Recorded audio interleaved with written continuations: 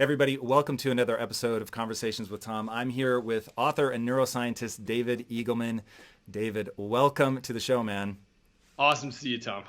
Dude, I'm super stoked to have you back on. Anytime that I get to research you with like the specific purpose of you coming on, I'm a very happy man. Your new book, Live Wired, I think is really extraordinary. And so I'm haunted by a quote, and that quote is, "Genius is a young man's game." You never use that quote in the book, but you touch on the subject in terms of how much ability we have to change and learn as we get older. And I want to pinpoint, just like, I really want to feel like I can get better and better as I age, and that I'm not going to suffer the slings and arrows of, sort of crystallizing into dogma or not being able to learn and push myself. How changeable is the brain? So the good news is the brain remains flexible all through adulthood, which is why you can learn new names, new people, and new facts and so on. So it's not that plasticity shuts down, but it does diminish. But I actually want to address this for a second because I feel like this is a really important area, which is that as all of us get older, we sort of lament this and we think, oh, we would love to have the flexibility of a young brain. But in fact, I think you would not. And here's why. Although you'd be able to learn Chinese, in a few weeks instead of a year or whatever, it's the hardening of your brain actually represents that you're doing something right. Your brain's job is to make an internal model of the external world.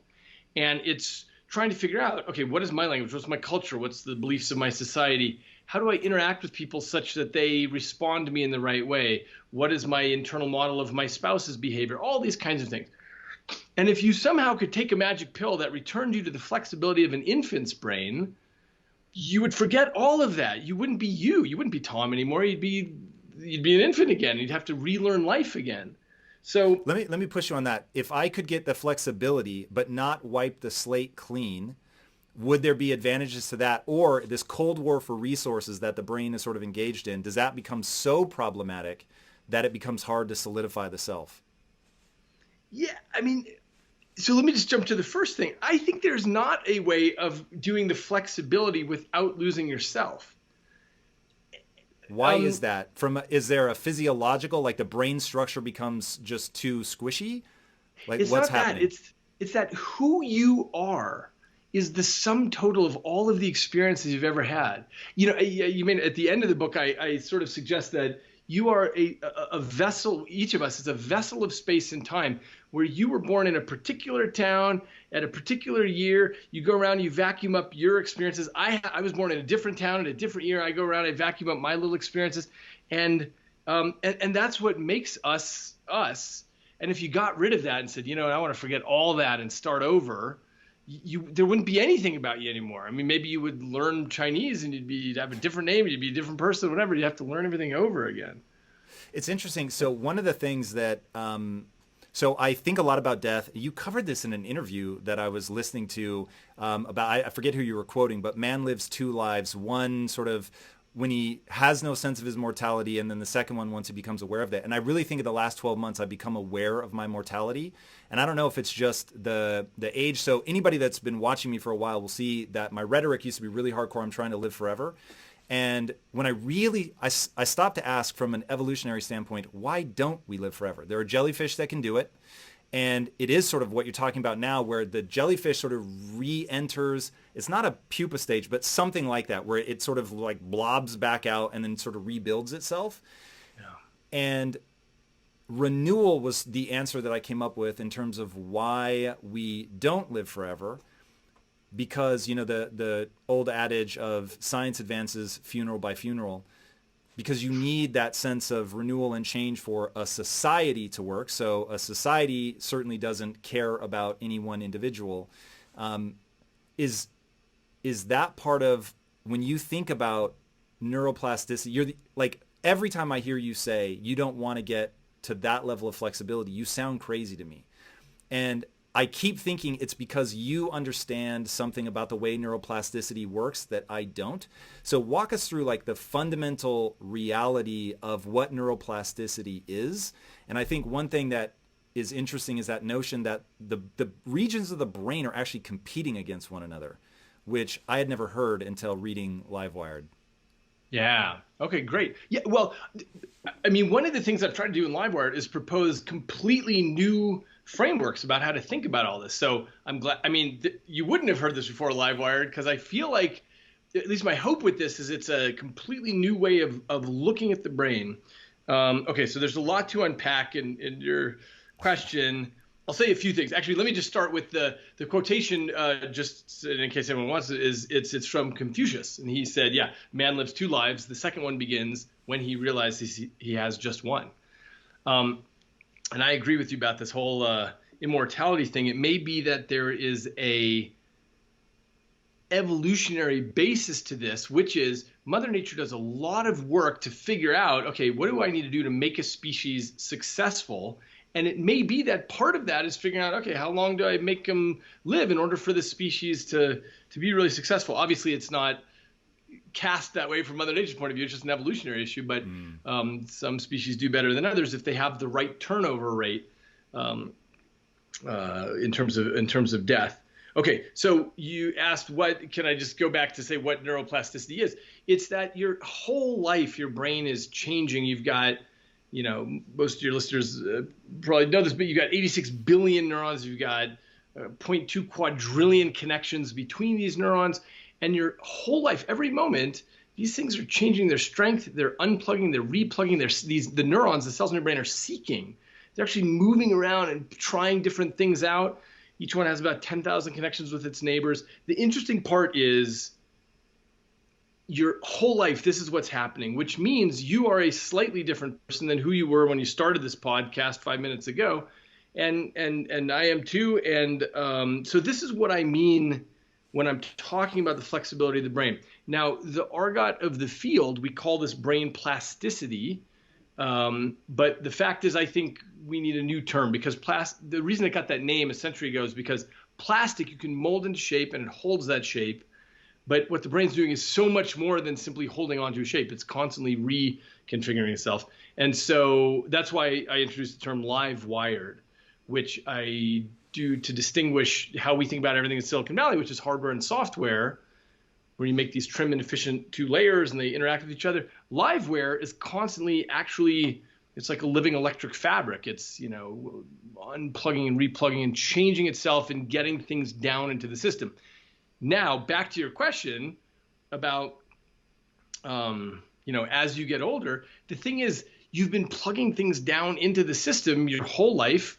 And the longer it goes, the deeper that gets into the system. And that's why I'm skeptical about this idea of returning to the plasticity of a child, because the way learning works in the brain is everything builds on what you already know. So it's not like a computer where you give it some piece of information, it stores a little file. It's not like that. It's instead everything you learn is in the context of what you have already known. So just as an example, if you and I were learning how to fly a B-212 helicopter, you might think about it in terms of like, oh, okay, I get it. This is sort of like a motorcycle. I lean this way. And I might think about it in terms of a horse. Like, okay, yeah, I grew up riding horses, so here's how I do it, and here's how I think about it. But it's all predicated on what we've known before. Yeah, I heard you destroy my fantasy, which is one day we will be like the Matrix and we can download stuff, and you introduce that level of complexity where it's like learning doesn't actually work like that, and you have to think of these things as existing in these different layers in the brain, and that we're essentially synthesizing machines, which I've always said to myself in a derogatory way, because I look at somebody like Elon Musk and he seems to be truly thinking sort of in a unique way. Whereas I've always felt like I have to take in all this data and then it bounces around in my mind in a unique way, but it isn't sort of truly from the ground up a unique insight. And that may just be me looking at it incorrectly and everybody is a synthesizing machine. But that reality of the way that we take in data, and then I've always thought of it sort of as a pinball machine where it comes in and it hits something else, which then bumps into something else, and then it recongeals into this sort of new and unique idea.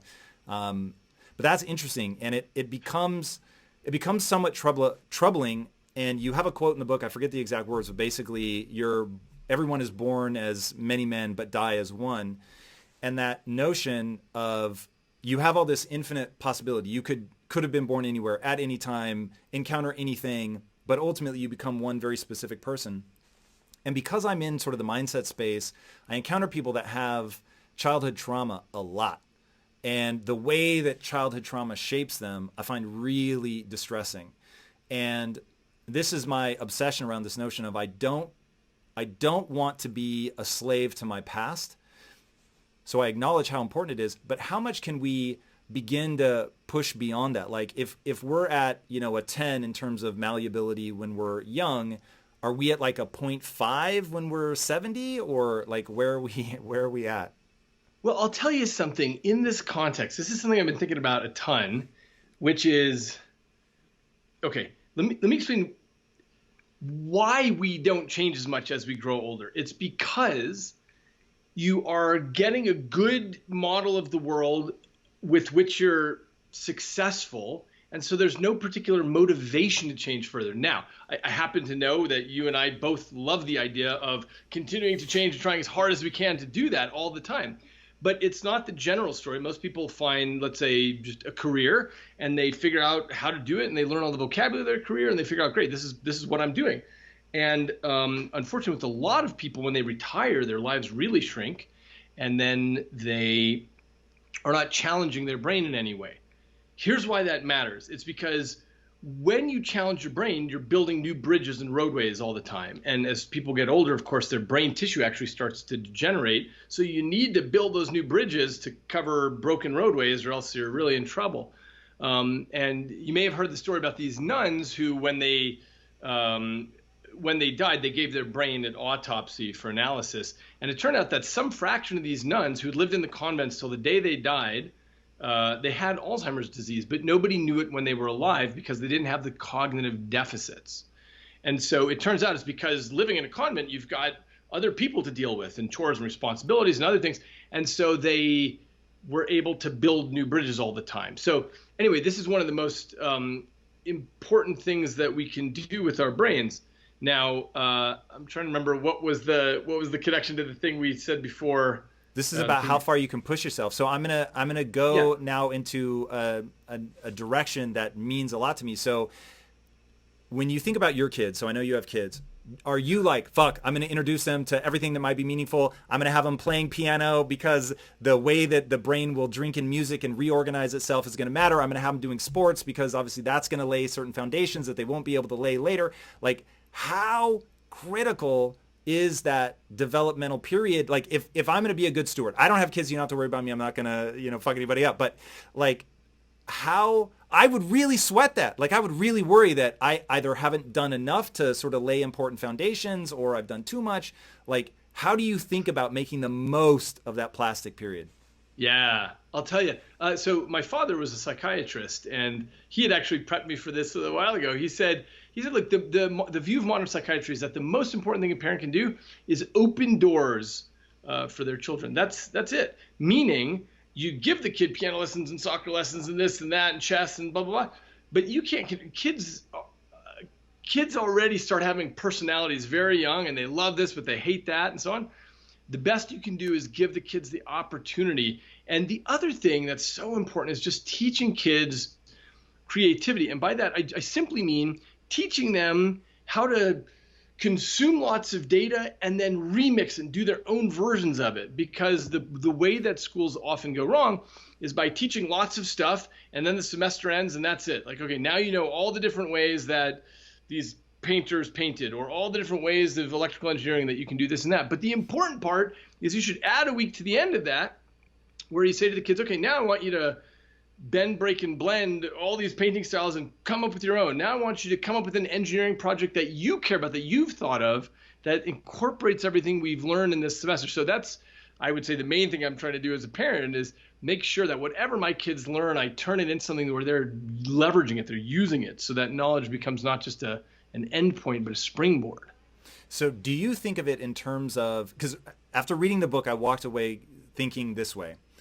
All of us are going to make, when we're young, accidentally or on purpose, we're going to make decisions about what infrastructure we build that's robust.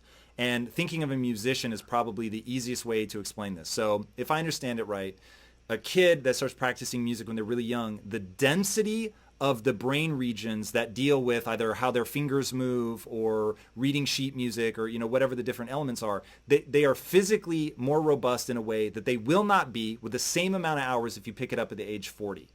And so there becomes like these really critical, because I don't know if you've read the book Nudge, but it talks about how little pushes in any direction can have a huge impact in somebody's life. So my dad one time made an offhanded comment that, hey, because we had a camcorder and I used to play with it, which now kids think, yeah, everybody has a camera. This was really fucking rare back then. So the fact that my dad brought the camera home already begins nudging me in a direction. Then my dad makes a comment that he thinks that I'm good with the camera. That pushes me even harder in that direction. I end up going to film school, all this, like, and so it becomes a question of, my dad was really distant. So to get his attention, I didn't have that sense that I was doing it for that reason, but were those like little nudges that pushed me to build all this infrastructure now around visual storytelling. My whole life revolves around this shit. So I'm like, knowing how nudges can have this big impact, like for the parents out there listening, is there certain types of infrastructure? Problem solving is what I heard you just saying now, or critical thinking. I don't know what words you would use to describe what you're talking about now.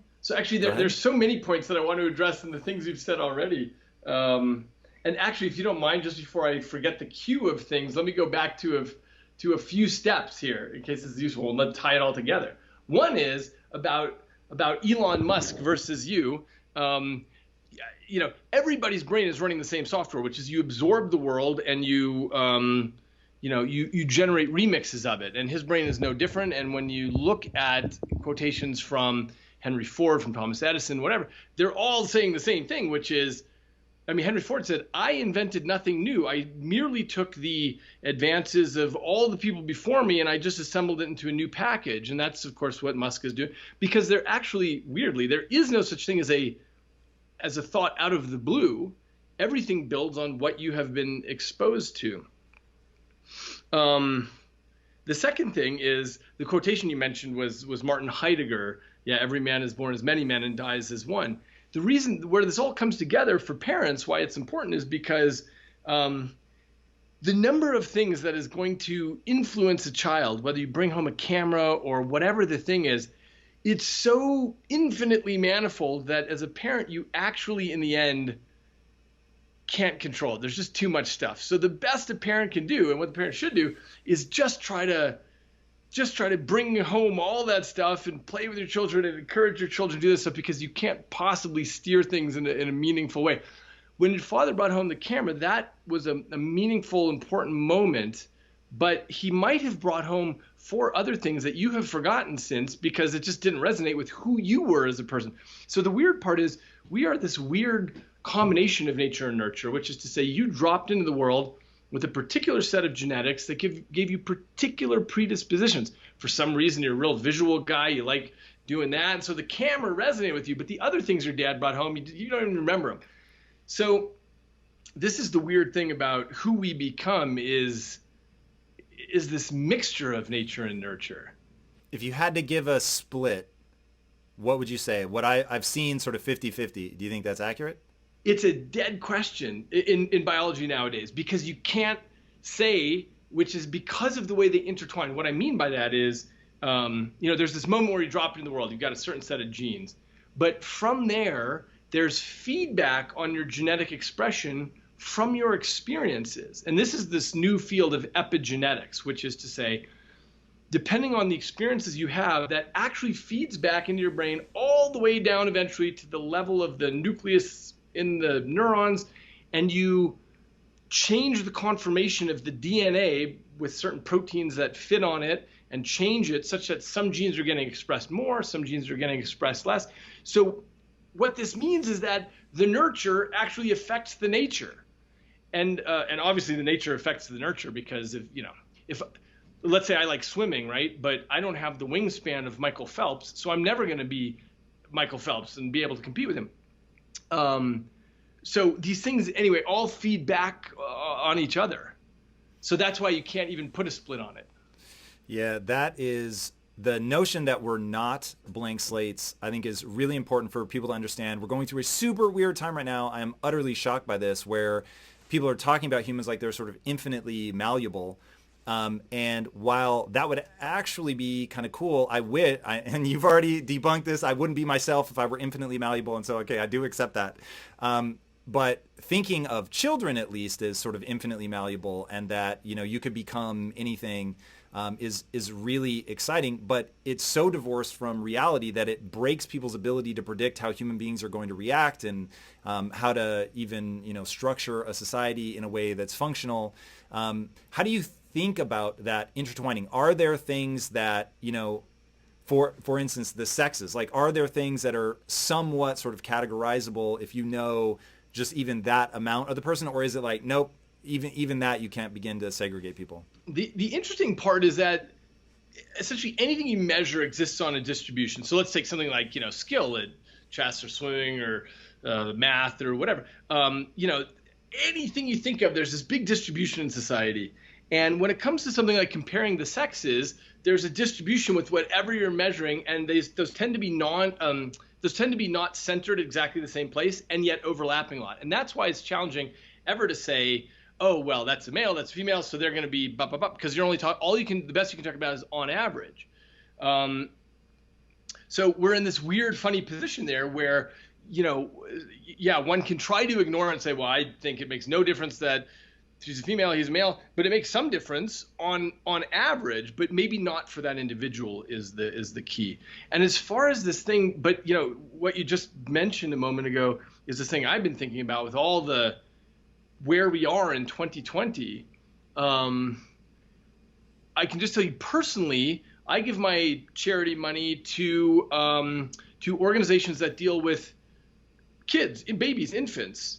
That's where I put all my money on this bet, because just as one example, there's one charity that I donate to that deals with daycare centers, because in poor neighborhoods where both parents have to work, or maybe it's just a single mom, they need to put the kid in daycare. And most of the daycare centers in poor neighborhoods, just all the kids get gathered in front of a television and they watch television all day. Essentially, the whole goal is just to keep the kids alive for the day, but it's not interacting and teaching with the children the way a really rich neighborhood's daycare center would operate. And this stuff matters so much because a young child's brain is so thirsty for all the information of the world. And so that's why this matters a lot. And because of this issue we've been talking about, how brain's flexibility diminishes through time, it's just where I put my bets, my chips, is that sometimes what you have in poor neighborhoods is you have to make a bet on the upcoming generation. You say, I'm going to do everything I can to make this next generation get off the starting blocks at an equal point as a rich neighborhood, so that the kids are not disadvantaged from day one. There's a guy named Jeffrey Canada that I have been stalking. I'm waiting for the restraining order. I am trying to get him on the show so desperately. And he said something, and it's one of those, I don't know if I remember it accurately and I can't re-find it, but my memory of it is that he said, so he is a really, really bright guy, grew up in Harlem, ends up getting a full ride to Harvard, goes to Harvard, says, I'm going to come back and change the education system, basically help all these kids in Harlem. And goes, tries, realizes the education system is so problematic that he can't fix it from the inside, he has to fix it from the outside, starts looking at what the real problem is and what the real solution is, and realizes the big difference between kids that grow up in a sort of normal suburban life and kids that grow up in poverty is the number of words they hear by the time they're 5 and the ratio that's positive to negative. And the thought of being able to boil it down to something that simple, because, again, going back to this notion of infrastructure, they have the language infrastructure in their brain, and that has these massive knock-on effects later in terms of their ability to communicate, get a good job, all this crazy shit. And so, like you, he's focused on kids. And what I think I remember him saying was, you have to give up on adults. And that may have just been the terror that it struck into my heart. But my memory of that statement, which obviously is all about brain plasticity, has been so influential in my life that this company, Impact Theory, started aimed at adults. And now about 5% of what we do, maybe 20%, 20% of what we do is aimed at adults. 80% is aimed at kids. Because I'm like, if I actually want to have the kind of impact I want to have, I've got to hit them during that age of imprint where their brain remains incredibly malleable.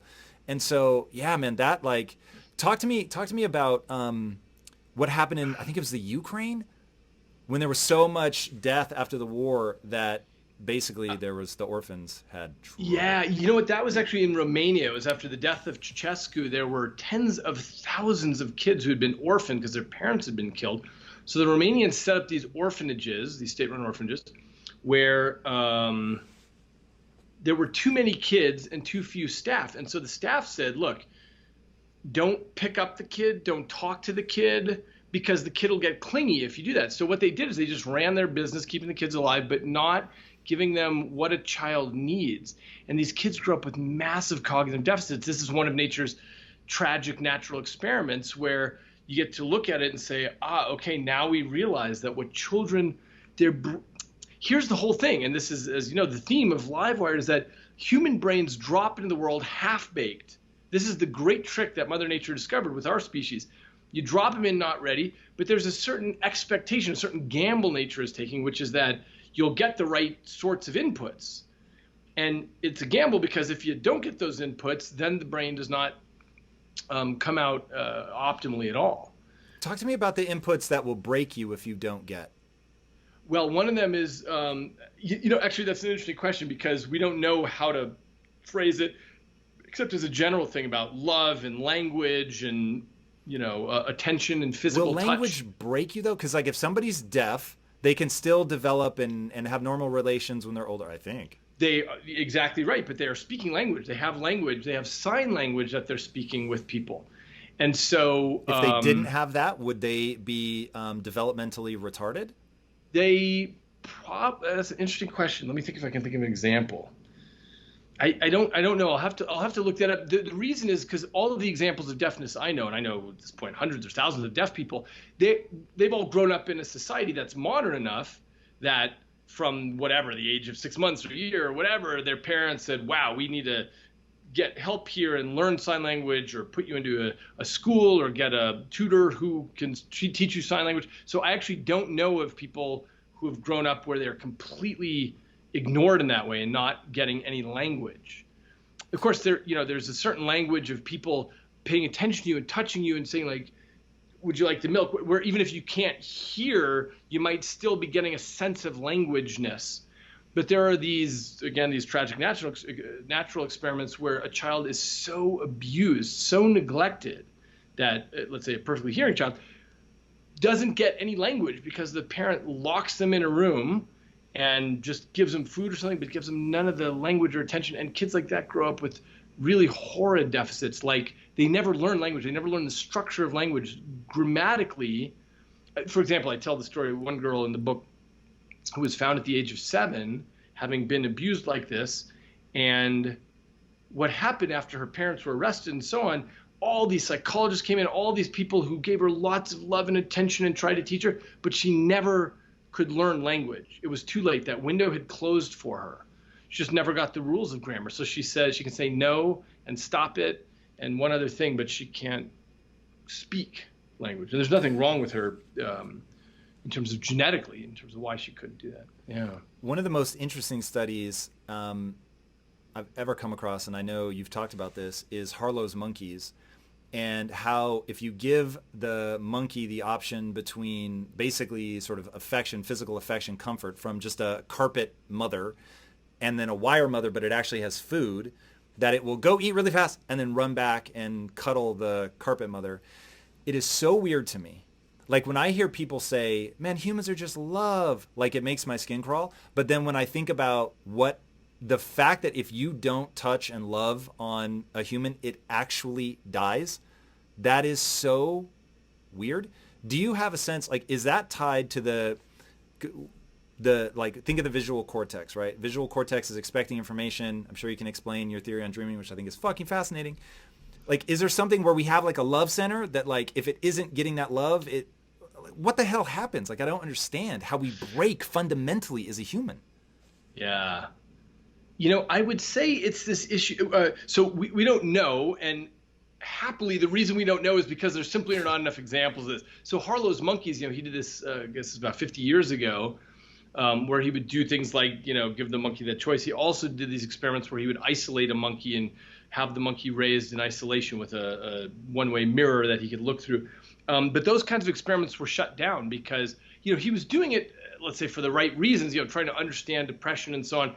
But it was just decided that the outcomes were so awful that it was too cruel to do. And these terribly abused children are super rare, thankfully. So we don't really know. There's not a love center in the brain, but instead it's something about this issue of the brain coming into the world where as much as possible Mother Nature has put out onto the world. Like, you need to be getting this love and attention and touch. I mean, we understand a lot about the touch system, and if you're not getting touched and stroked as a child, that affects the development of, what's called your somatosensory cortex, this part right under where you wear headphones. And do you have a hypothesis why?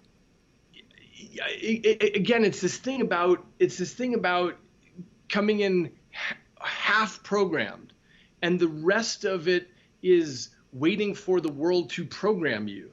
And if the world is not programming you, there are no hands on the keyboards there, you're just not getting what you need. So what you have is, essentially an infant's brain without the extra stuff that you need to grow up. We, as far as specifically if you don't get enough touch and language, this is precisely what happens. We don't know that. And as I said, it's for the right reasons that we don't know that. And hopefully, I kind of hope that we never know exactly why that is, because it would require studying that. Which is, look, I hope that we figure out why it is. I hope we never find out, because we have had cases like that for sure. But one thing that is interesting and things begin to unlock. So one of the key things that I took away from Livewired is this notion that the brain is real estate. You use this great example of a map. And if you look at a map as a kid, you just assume, all the country lines are that's how it is. And of course, it couldn't be any other way. But as a historian, looking back on it, it could have been any manner of configurations. And the brain is the same, that you have competing resources, fighting for resources. Walk us through that, because to me, I want to push some more on this idea of how we break as a human if we don't get the right input. But I need to understand if it's tied to that sort of resource thirst or some other mechanism. Yeah. So the general framework I put forward is that it's actually a competitive system under the hood there. So you look at a picture in a neuroscience textbook and it says, okay, here's the brain. That's the visual parts, hearing, touch, and so on. And that's how every textbook is. You think, okay, I got it. That's the brain. But in fact, it's this fluid dynamic system that's constantly changing. If you are born blind, this part isn't your visual cortex. That gets taken over by hearing and touch and so on. Even if you go blind later, that gets taken over. And it's like that with everything. For people who are deaf, that doesn't remain their auditory cortex. There's no real estate that lies fallow in the brain ever. And so this is the remarkable thing about resource allocation. So the analogy I give in the book is, it's like if you saw the Cuban Missile Crisis, you were an alien that flew in, you saw the Cuban Missile Crisis, you'd say, no, the Americans and Soviets, nobody's doing anything. I guess everyone's just, nothing's happening. But in fact, what you wouldn't realize is that all the missiles are aimed, everything is super tight, and the reason nothing is happening is because all the guns are pointed at each other. And that's what I propose is going on in the brain. It has to be understood as a competitive system at many different levels of competition. From regions all the way down to neurons, and even within neurons, synapses competing against one another and so on. And so that's what allows things to change really rapidly in the brain. And what is the dynamic by which they are either winning or losing? Is it I'm receiving input, so I get to keep going? That's exactly it. It's I'm getting the input, and so the forgive me because you already read the book, but I give this analogy of colonization in the Americas. You had the French and the British and the Spanish were all colonizing North America, and what I did is I just went back and I looked at it to see if I could correlate how people's territory changed given the number of ships they were sending over from Europe. And what happened is the French started sending fewer ships than the British. And so, as they sent fewer and fewer ships, their territory shrunk. The French owned this huge territory all the way from Canada down to Louisiana. And as they sent less and less stuff, eventually they lost all their territory, and eventually they sold the whole Louisiana territory. So this is an analogy that I use to what's going on about how the brain remaps itself all the time. It depends on the number of ships coming over. So, just as an example, if you're an amputee and you lose your arm, suddenly there's no more ships coming in from your hand to the brain, and so that territory gets taken over. So yes, it's about how much data is coming in, and by the way, how useful that data is. So if you look at a map of the body in the brain, you find that the areas that carry more sensitive information have bigger representation. So for example, in my somatosensory cortex, my fingertips have a big representation because they're carrying a lot of important information. In contrast, my thigh doesn't, has a very little territory because who cares about my thigh in terms of the number of ships that it's sending up to the brain. So if they're locked in this battle for that, going back to the idea of if you're not touching an infant, loving an infant, stroking them, is it that regions that would otherwise go to that are being taken over by something, and that causes that sort of basically that there is, it's probably more distributed than this, but the idea being there is a distribution of items in your brain that their allocation is for social interaction. So that I get social cues in and I sort of play with them, as you talk about babbling. So I sort of babble, I give a response, and maybe I hit my parent. You see kids do that all the fucking time. I grab your hair and you tell me no. Oh shit, okay, I get a bit of input there. I smack your face and you tell me not to do that. Whoa. And so I begin to realize, okay, cool, like there's this give and take relationship that I have with this person. It's not carte blanche. I can't do whatever I want. And now I'm basically forming the literal centers of my brain as myself as a social creature, and when now we take that sort of feral child and put them now in a social context, they seem broken, but they might actually do just fine as a completely isolated creature. That's right. Although it would be hard to define what we mean by doing just fine as an isolated creature. But I totally agree with your point of view on this, which is this is the part I talk about in the book about babbling. So we all know with children they babble, and the reason they're babbling is because they're saying something with their mouth and they're hearing what comes out of their mouth and they're comparing that to what's coming out of their mother's mouth and their father's mouth, and they're figuring out what. And as they get older, it's a different kind of babbling. Exactly as you said, it's like a social babbling. They're like, what if I say F you to this? Oh, whoa, that didn't work at all. And so this is how you try things out in the world. And this is how our brains learn how to drive our bodies, by the way, is by motor babbling. We try things out. Oh, I turned the bike this way. Whoops, that didn't work. And so on. So, yeah, I think that's exactly right. They're not getting a chance to do motor babbling. And one of the things about plasticity that really matters is that you have these windows, and they're pretty short windows before those doors close. Different areas of the brain have different windows to them, but yeah, so if you don't have a chance to try language and figure out what's going on or whatever, at some point it becomes too late to do. What are some of the doors that close early? Yeah, well, so language is one of them. Even subtle things like accents. I mean, I've always thought this was a cool, interesting thing that, I can tell usually when I'm talking to somebody if they were born in a foreign country when they moved to America. Because if you move here before the age of 13, you don't have any accent. But if you move here after the age of 13, you always retain a bit of an accent. And the later you move, the more of an accent you retain. So I compare in the book, Mila Kunis to Arnold Schwarzenegger, both of whom were born outside of the United States, didn't speak any English. Mila Kunis moved here when she was 6, so most people don't know that she was born in the Ukraine and learned English later. But Schwarzenegger moved here when he was 19, and he can't shake that accent. It's a thick accent. And it's because they both learned the structure of language and grammar and how to get what they want, but even more subtle things change different times. So this is all to say that it's actually a whole suite of doors that close for different aspects at different times. Yeah, but people look at things like, learning language in general, skill at piano or violin or something. I use the example of Vladimir Ashkenazy and Yitzhak Perlman as great pianists and violinists and so on.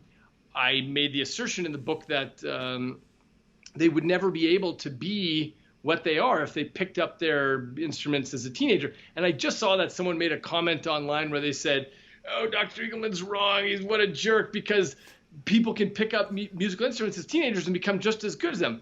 but they can't. It's just not accurate. You cannot become a Perlman and Ashkenazi unless you start really, really young. And it's because you have to burn that stuff all the way down into the deep parts of your brain.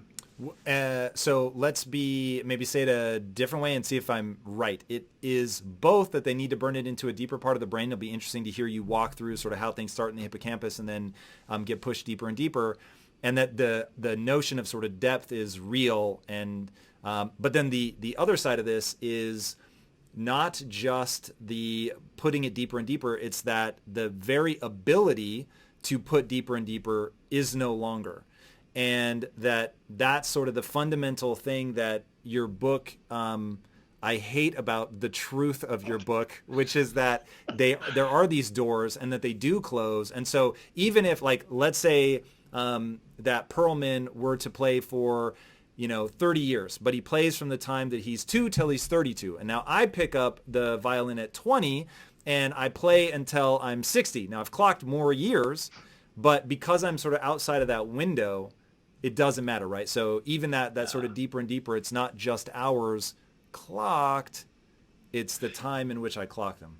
Exactly. It's when you started. There's one other thing that, as you know, I point out in the book, which is it's about relevance also. So for Yitzhak Perlman, I don't know about his childhood, but presumably he got proper social feedback where people said, "Wow, you're really good at that. Hey, this is something that you've got a special talent." That kind of stuff really matters a lot, because if you had, let's say, picked it up at the age of 2, just like Yitzhak did, but for some reason you had mean parents who said, "Oh, Tom, that's really hurting my ears. I don't want you," then you could have clocked the same number of hours, but it wouldn't have the same influence. Why? Because we've got all these neurotransmitter systems that are involved in reward.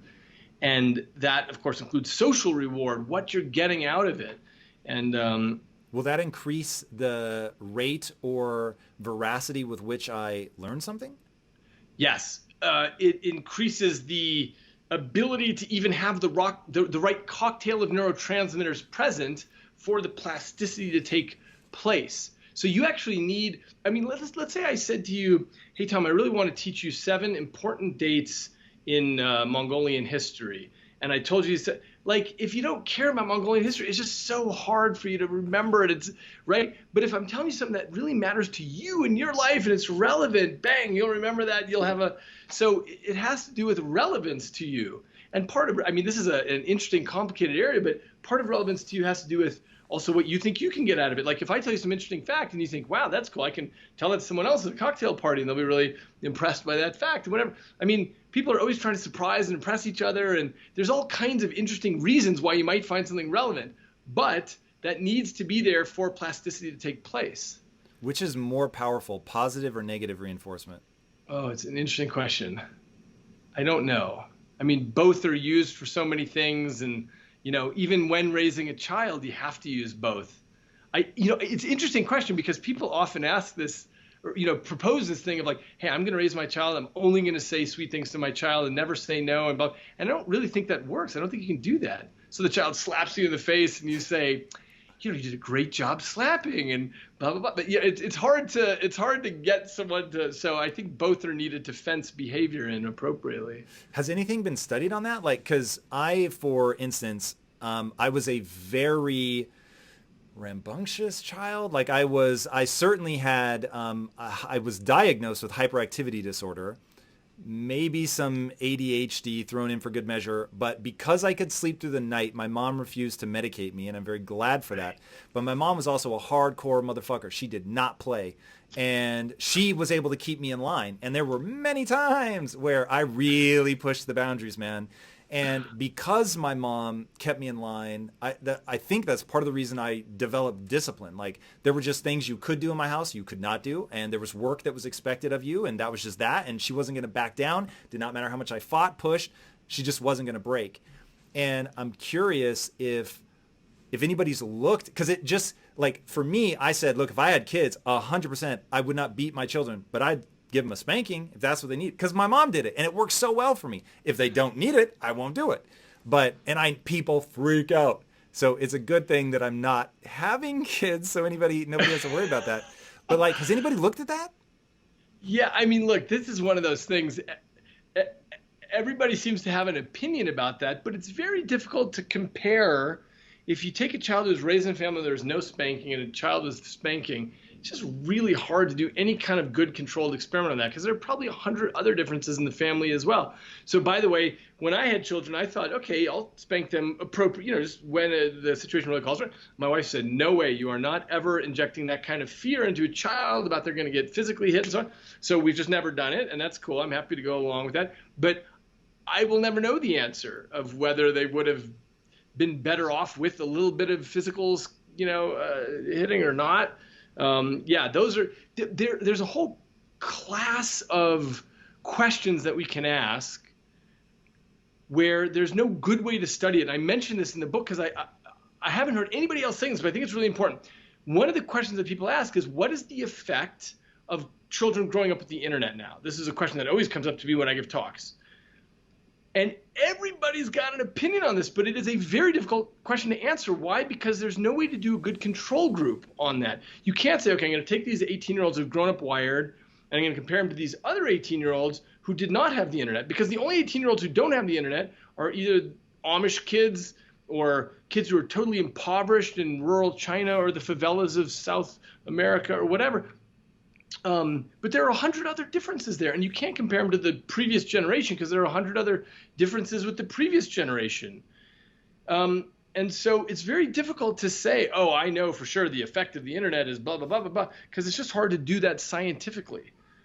So anyway, there's a whole class of experiments like that. I think probably spanking is one of them. Yeah, it makes me very sad that you can't run both like timelines to see what ended up working. I'm really curious. And, with sort of scientific curiosity, I'm open. Like if I actually would have been better off somehow if my mom had had a more ninja style of parenting that didn't involve spanking me, cool. I don't have some need for it to be that spanking worked. I just want to know what actually works. Like when I think about, there's sort of two things that I think about. One, I actually am very, very interested in what sort of the ideal thing is to give to a kid psychologically to help them thrive. Just when I think about what's the contribution I want to make to society, it's all around mindset and kids. And then also just as an adult, I think about how far can we take this? You know what I mean? Like every time I engage with you in your work, there is some like cocktail party, like this is just fucking fascinating and I want to tell people this at a party. But there's far more than that for me is I want to use it in my own life. The quote that I began with, I'm not kidding when I say I'm legitimately haunted by the notion that genius is a young man's game. And the reason is I was a late bloomer. And so the idea that I know physicists talk about sort of 35, 36 is about the sort of last moment you can expect yourself to have any meaningful breakthrough. And I'm in my 40s, so that sucks. I actually want to address this issue about breakthrough because I originally had written a piece of this in the book and then I took it out in the end. But I think this is actually really important. So one of the models that actually, let me back up for 1 second just to give the foundation of this. One of the models I propose is that the right way to think about the brain is in terms of pace layers, by which I mean some things are changing really fast. And if those stay stable, then that changes the layer below them, which is a little bit more conservative in its change. And if that's doing something, then the layer below that says, okay, I see that that's a really consistent message, all change. And so what happens is all the way down, you get these deeper and deeper things. The name pace layer, I'm taking from something that the thinker Stuart Brand proposed, who said that when you look at a city, you need to think of it in terms of pace layers. So fashion changes rapidly. The infrastructure of a city, like where the buildings are, that changes more slowly. The businesses that are in the buildings, that changes more rapidly than the infrastructure. The governance of the city, that changes more slowly, all the way down to the nature, like where the river is in the city, that changes the most slowly. And the way to understand the city is understand the interaction of all these different layers of speed. And so I thought that was such a great insight that I really wanted to look at the brain that way. And that allowed me to put a lot of data together. Anyway, this is why, just as an example, there's this property of neurology that's very weird, which is that older memories are more stable than younger memories. And if you've seen people at the end of their lives, they often will have essentially receded back into their childhood. They've forgotten all the stuff from the last few years, last few decades, but they remember everything about their childhood and their childhood language and all that stuff. And what happens a lot actually is that people revert to the language they spoke as a child, even if they've been speaking, let's say, English their whole adult life. So so that's one of the big themes of the book about how plasticity actually works. But what interested me is this notion of breakthroughs. This is the part that I didn't put in the book, unfortunately, but this notion that sometimes, as you know, in your 40s, you'll have a breakthrough where suddenly something you've believed your whole life, something happens where you get a different view on it and you say, wait a minute, maybe this deep layer, this thing where I absolutely thought this was fundamentally how the world works, maybe that's not true. And all this other stuff falls apart in your internal model and you're able to recast something. And have you ever taken the Landmark Forum? You ever done that? I know of it very well, but no. Okay, great. So anyway, they talk about breakthroughs. That's something that they try to get people to have, and it's a really stunning experience. What, you know, we've all had in our lives various breakthroughs. Let's say you thought somebody did something to you or said something or whatever, and then you find out years later that's not actually what happened, and there was a misinterpretation of what. This is the kind of thing that really is meaningful for changing our lives. And the reason I mention this is in the context of you saying in your 40s, can you still change? Happily, there are these deep things that happen where sometimes you have an opportunity to change. And okay, so that's one thing. And the related issue that I want to say is this is what's happening to us now during COVID Palooza. We are all knocked off of our hamster wheels. We are suddenly our internal models. Remember, I talked about how our whole lives we sort of make this model of exactly what's going on. All of a sudden, we're all kicked off this path of least resistance, and we're having to refigure out everything afresh. And there's a lot of stress and depression and anxiety. It's a terrible time for essentially everybody. But the one tiny silver lining that is worth emphasizing is that it forces our brains to rethink our models, everything about, where you're going to get these supplies, how you're going to get food in your fridge, where you get the toilet paper, all this stuff, to more creative things about, okay, well, geez, how do I thrive from here, given that my shop has closed or my, employment has ended or what, what do I do now? And it's forcing a creativity. It's forcing the brain to rethink things in a way that is actually, despite all the lousy stuff, really good for the brain to build new bridges.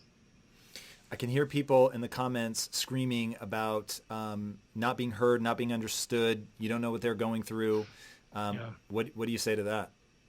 What I say is, I actually do hear you. I hear all the crappy stuff about what's going on, and let's all agree on that and put that over here. And I'm saying that's this extra bit that is, everything has a silver lining, and that's the one to this. Just as an example, from the first moments of lockdown, I started seeing this stuff where people were, using their banks of 3D printers to print hospital masks, or playing bingo across the apartment complex in these apartments where everyone's, in their own apartment, but shouting what's going on across the other thing, and everyone's having fun in this community thing. Or there's a friend of mine who plays tennis, and suddenly all the tennis courts got shut down. And so she started calling people on Airbnb, wealthy people who have a tennis court on their property, and say, hey, can I just Airbnb your tennis court for an hour? Stuff like, but it's just like, it's really creative. It's so smart to do that. And so there's new models for everything going on. And so despite all the lousy stuff, which we all agree on, it's the one thing that's coming out of it is that part of it is good for your brain, because it's forcing you to rethink deep parts of your internal model. This is another fascinating part of the brain, and I'm super excited to be putting out these ideas with you here, where you can slap me down if I'm out of my mind. So I think a lot about the quote, it doesn't matter what you look at, it matters what you see. And I find that getting people to focus on what's good about this time is critically important. Like, the bad is going to present itself. You're going to be clubbed over the head with the bad. You're not going to be able to avoid it. But if you're looking for the bad, you're going to be overwhelmed by it. If you're looking for the good, it's going to shift your focus. And now you're going to start to, okay, cool. Well, I can actually make something out of this. Is that really the reticular activating system? Like, is your brain designed to amplify what you already believe?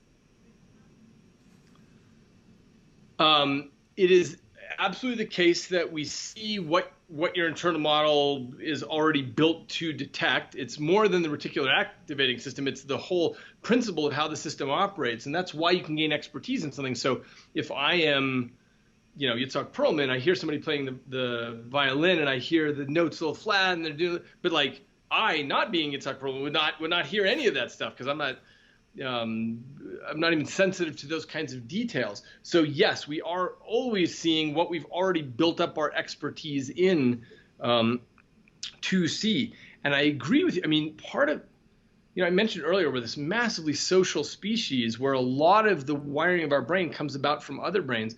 But this is what's so useful is you have a way of seeing the world. I have a way of seeing the world. Everyone we know has this. But when we communicate, we get to share that. Like, hey, but Tom, what if you looked at it this way? Hey, David, what if you looked at it this way? And that's so unbelievably useful for break. That's really our only chance, unfortunately, I think, is other people telling you, people we love and trust telling you, hey, wait, what if you looked at it this other way? Matters massively because in answer to the thing you said, which I think is totally right, I'm probably in isolation never going to be smart enough to look at it a different way than I'm used to looking at it. It's interesting going back to that idea of breakthroughs and I will introduce the idea of sort of reinventing yourself. I'm curious to know if there are specific things that you do as a scientist to stay relevant, if staying relevant is even something you care about, or no, I want to niche out and just go like hard down this one path that I've chosen. As an entrepreneur, it started out accidental and has now become somewhat intentional. I have accidentally reinvented myself sort of every 8 to 12 years. And dude, the way that you're able to see things other people can't see because you have experience in a completely different industry. Like even now, I'll get my teammates pitching technological solutions and I'm like, I used to run a technology company.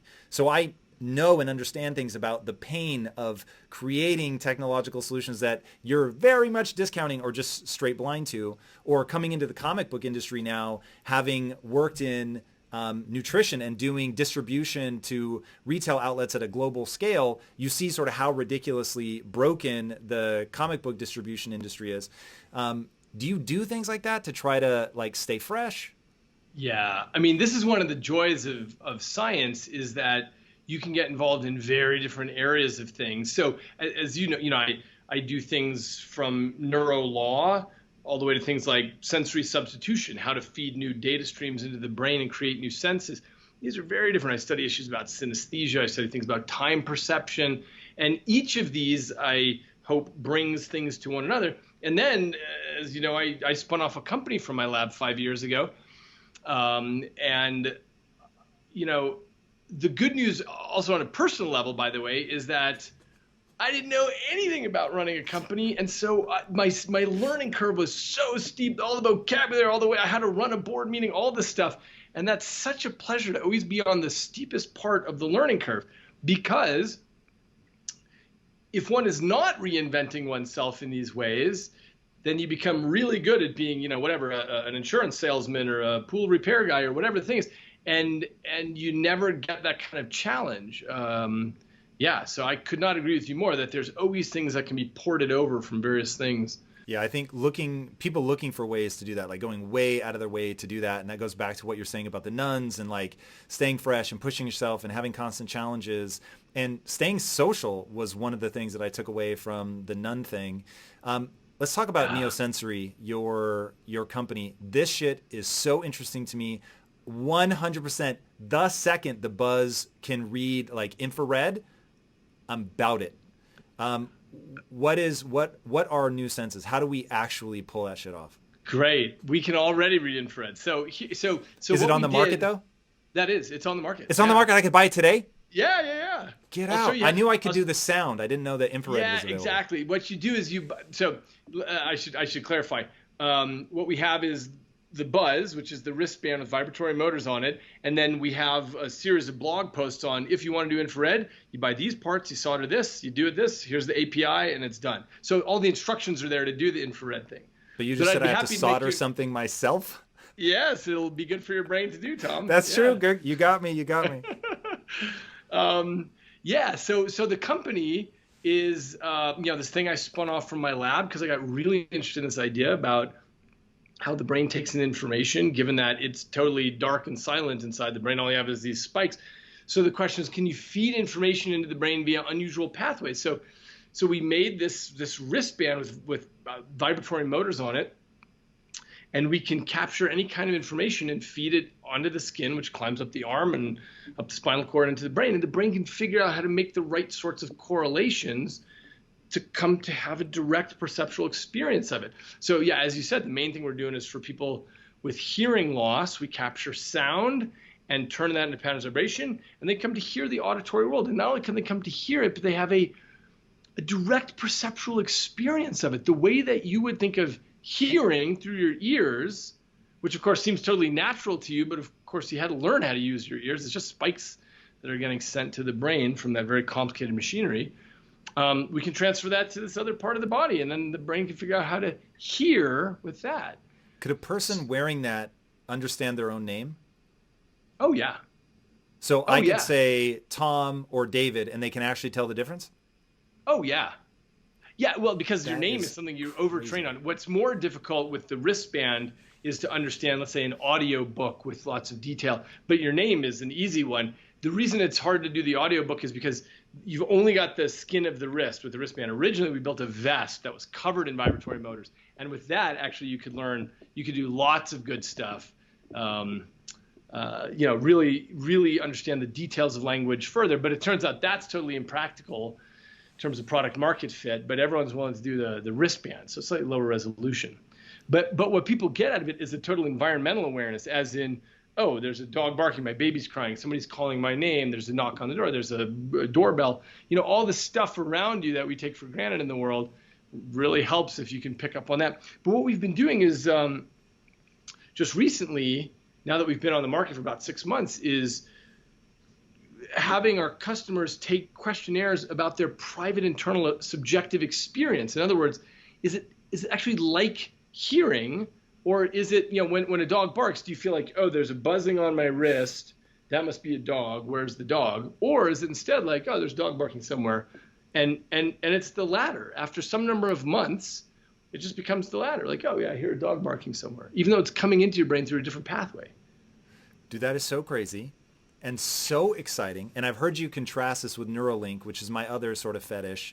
I'm super excited, but I think you're right in terms of invasiveness. I would not be an early adopter of something that requires them to cut open my skull.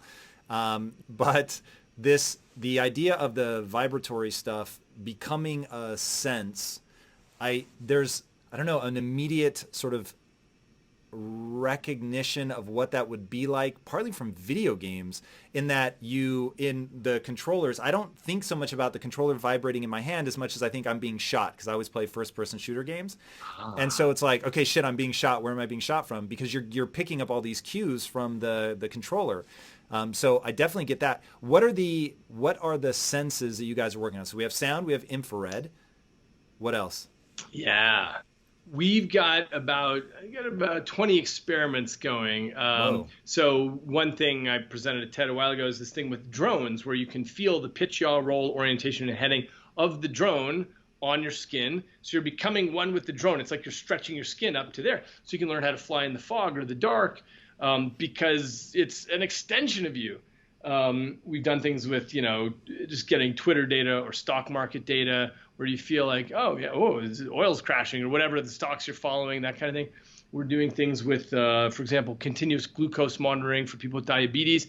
Currently they've got a glucose patch, and then they have to look at their cell phone to understand what their thing is. But if you can feel what's going on with your blood sugar, that makes you much more responsive to it. We're doing things with a team recently did this thing with air pollutants, so you can feel the VO2, what do you call it? The particulate matter in the air. Was it PM 2.5 or something? I forgot. I have no idea. You can make it up, and I'd never know. How are you guys taking in the data?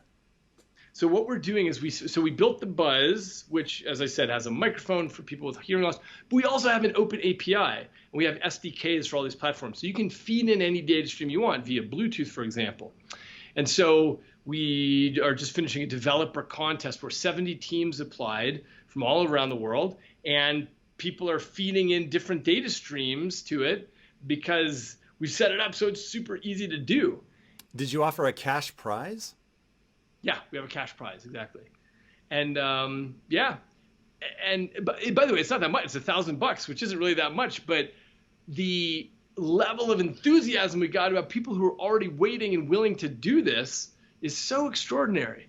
So, do you know, in some of the more extreme cases, or even in like the infrared one, what are you using? Are you using a cell phone? Have you guys developed something? Like, what is the mechanism by which you detect the infrared? So what you have is a little infrared detector, which you can buy for about $3. We put it on for example, the simplest way is we just put it on a breadboard, we put some wires and so on, and we put that right next to the buzz. And that just talks to it either directly or via Bluetooth. So, as you're walking around the world, you're just sensing if there's infrared. For example, the first day we ever built this was already a year and a half ago, but I was walking between two buildings in the dark, and suddenly I felt a bunch of infrared.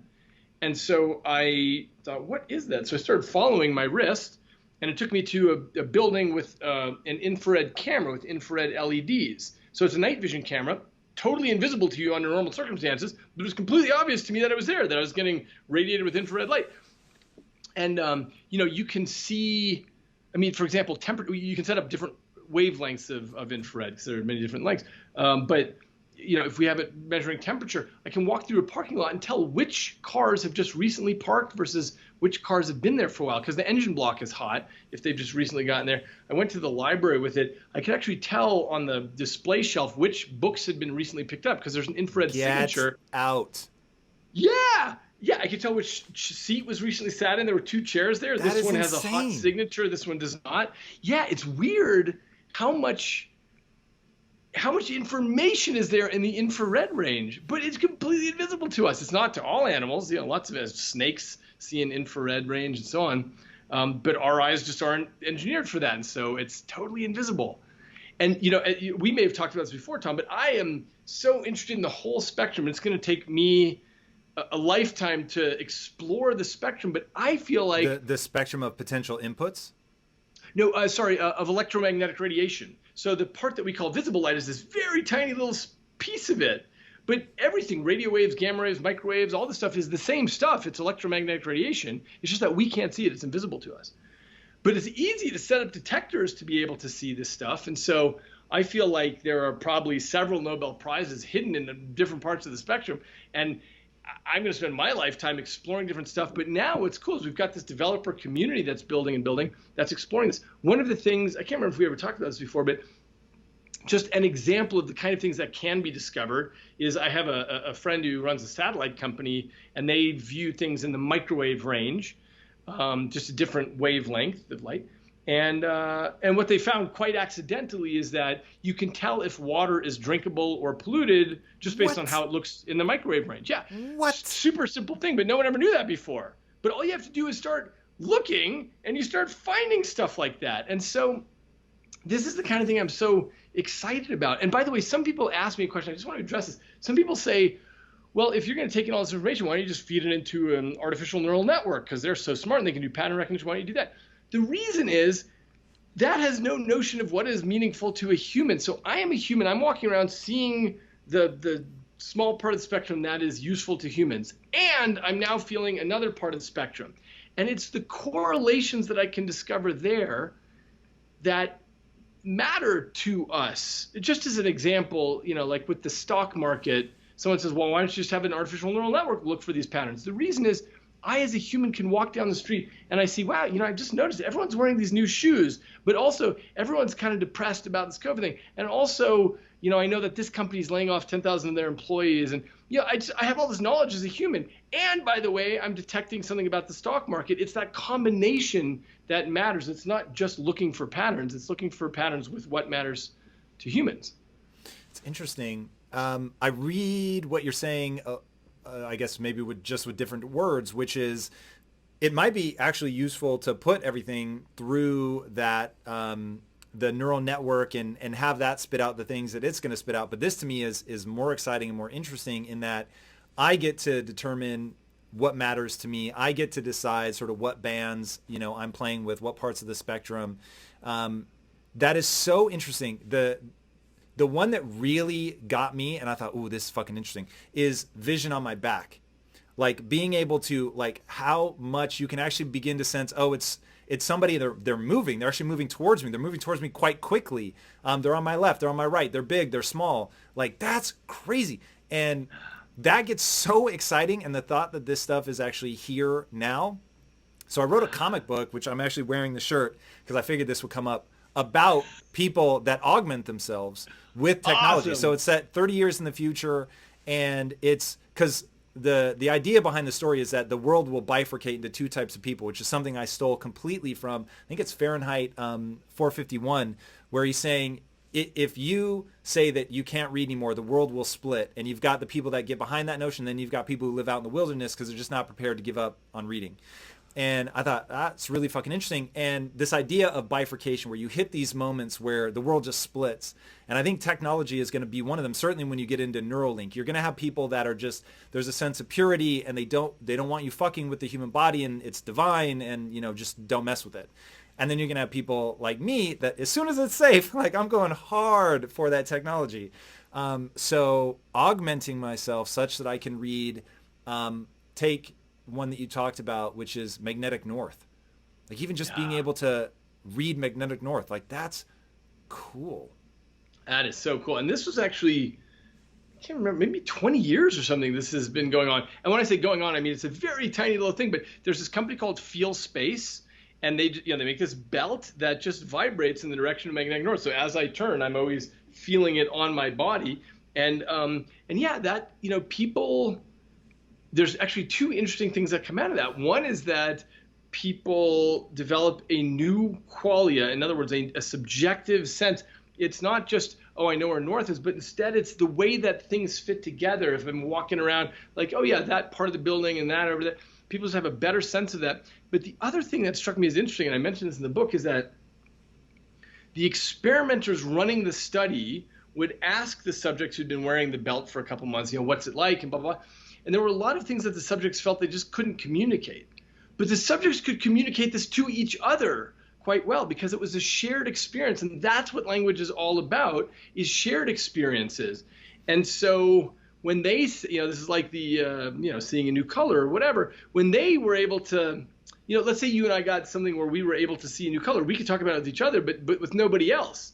So what I suggested in Livewired is that we may actually be on the cusp of not just a bifurcation, but you know, multiple pathways coming out, where depending on what you're using these new senses for, let's say I'm doing stock market and you're doing Twitter and someone else is doing whatever, you know, that that we have a very different internal experience, and there's no way to communicate with each other. So I say to you, wow, Tom, you know, I think Google is going up and Apple is going down, and that feels a very weird way to me. And I try to explain to you, you'd have no ability to understand. Even if you pretended to understand, you wouldn't really get what I'm saying. And if you said, okay, look, I don't know, but I can tell you what my infrared experience is like, and I wasn't doing that, I would not really understand what you're meaning.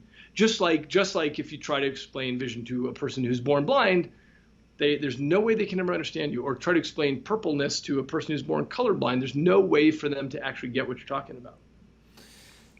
Yeah, man, it is. It's intriguing. Now, one thing I'm really curious about is in the book you talk about how dreaming may be a defense against other regions of the brain taking over that while we sleep, which is really interesting. And I'm curious, as we begin to augment, what areas of the brain will be given up? Because if nothing is sitting unused now, if I take in the stock market, and for anybody watching, I highly encourage you, don't take in Twitter. Don't get the qualia of a Twitter feed. That strikes me as a very bad idea. Yeah, I totally agree. But what regions of the brain are going to be usurped? Yeah. Well, let me say two things just for listeners to our conversation who don't know what the dreaming hypothesis is. It's just that, you know, what I realized was the speed of takeover when senses go. So I mentioned earlier, you know, if you're born blind, your visual cortex gets taken over. But I think probably the most shocking thing that we've discovered is, I mean, as a field, is the speed of this takeover. So it turns out if you blindfold somebody and stick them in the scanner, you start seeing activity in their visual cortex pretty rapidly. Like within an hour, you can start detecting hearing and touch registering in the visual cortex, which means the whole system, as I said earlier, sprung tight, ready for takeovers and moves. And so what my student Don Vaughn and I realized is that, when the planet rotates into darkness every night, obviously we're talking about in evolutionary time, not recently, it's pitch black, and you can still hear and touch and taste in the dark, but you can't see in the dark. And so that puts the visual system at a disadvantage. And what we realized is, given the speed of takeover, that means the visual system is going to get taken over at nighttime. And so the right way to combat that is every 90 minutes, you just blast activity into the occipital lobe back here. And that's what defends it from takeover. And that, we propose, is the whole circuitry and everything about dreaming is why we have that every 90 minutes during the night. We're just blasting information there. And of course, if you're a sighted person, you experience that as vision, even though your eyes are closed. You see whatever bizarre thing you're seeing. So, and it's obviously related to what you've done during the day and your whole level of experience and so on. And by the way, as a side note, if you're a blind person, you still have dreams. It's just that now your dreams involve, okay, I'm walking around the house and the furniture is moved and then I feel a bear over here and just some bizarre thing like that. But that's because their occipital cortex has been taken over by touch and hearing and so on. Anyway, that's the dreaming activation theory. Now, what you asked is about if we build new senses like, stock market, infrared, and so on, what gets taken over? Here's the thing. The brain is really good at sharing territory. And one thing that is unknown right now is how many senses we're going to be able to add. I mean, we already know we can add a sixth sense, but can we add a seventh, an eighth, a ninth, the 10th? We just don't know. It may be that what eventually happens, let's imagine that, I'm wearing 2 buzzes and 2 on my legs and a belt and whatever, maybe by the time I've added a bunch of senses, my vision starts to get a little bit worse or, a little bit blurry or something like that. We don't actually know yet.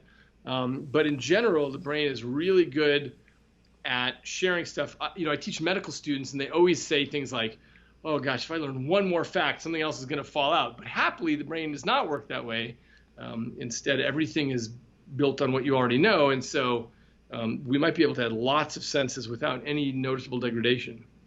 So if the brain doesn't work that way, that one more fact is going to have to take the place of something else, walk me through what is the process of remembering. So I'm very frustrated by my memory, and I find that I have to read in what I call read in swarms. So I'll encounter an idea. I don't worry about memorizing it because I know I'm going to read on the same subject a bunch of different things so that it just sort of gets repeated.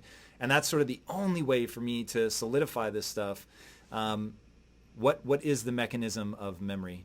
Transferring from short-term to long-term specifically. Yeah, this is still a very active area in neuroscience. We don't actually know the answers yet. We know a ton of data on this. You mentioned this thing about transferring from short-term to long-term, so I'll just mention something about that, which is the theory has always been, the entire time I've been in neuroscience, the theory has always been what happens is you take something in, it lives in short-term memory, and that's actually kept by active neurons. So if I say, hey, Tom, can you, go over there and get me, if you wouldn't mind, get me a glass of water with 3 ice cubes and this and a Coke and whatever. And you say, okay, and you keep that in short-term memory. It's active in your head. But long-term memory is something that gets consolidated later into the structure of what's going on with the neurons. And what we know is that the hippocampus, this area of the brain, is involved in that consolidation. If you remove the hippocampus, you can still have the short-term memory just fine, but then you forget it. You can't quite turn it into long-term memory. And there have been, many clinical cases where someone had both their hippocampi removed, and that's what happens is they sort of live in this window of 15 minutes. And by the way, we've all experienced that. You experience that every morning because you wake up and you have some dream that's so vivid, and you tell your wife like, oh my God, this is what happened. But it's like impossible to hold on to because the hippocampus actually shut down during dreaming. And so that never gets consolidated in something. So you just can't hold on to it after a little bit. So that is the sort of canonical idea of how memory works. And then what I suggest is it's actually getting burned down deeper and deeper. But I will say even this canonical theory has question marks around it. A team recently showed that instead of short term and then gets transferred to long term, you might be getting both at the same time, but this takes longer to develop and it's not related to. Anyway, it's not worth going into the details. All I want to say is it's 2020 and we still don't understand tons about how it works. And I want to say one other thing, which is people look at what's going on in the field of artificial neural networks, machine learning, AI, and so on. They think, wow, that's amazing, like really great stuff going on. It must be that we've got this all figured out. That stuff is sort of a baby toy model where the idea is you say, okay, we're going to take neurons and we're going to connect them together in synapses or connections, and we're going to just change the strength of those connections. And you can do really great stuff with that, but that's actually a bifurcation from neuroscience, and people are exploring that. And we've got lots of great stuff coming out of that. But neuroscience is very different from that. You don't just have neurons and the connections between cells. You have parameters all the way down, the distribution of channels in the membrane, the biochemical cascades going on inside the neurons, all the way down to the nucleus and which genes are getting expressed and so on. There's a million things that are changing in real neurons. And all of that is part of the story of memory. So if you had to, yeah, the short version sounds crazy complicated. If you had to put a number to where we're at in terms of understanding exactly what is going on in the brain, are we at 2%? We at 30%? Like, how much do we understand? I love the question, but I think it's impossible to put a number because you can't until you know what 100% looks like. It's hard to know.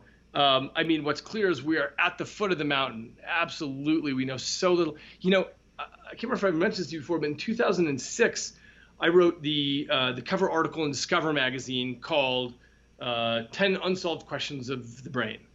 And what's fascinating to me is that 14 years later in 2020, they're all exactly as unsolved as they were in 2006.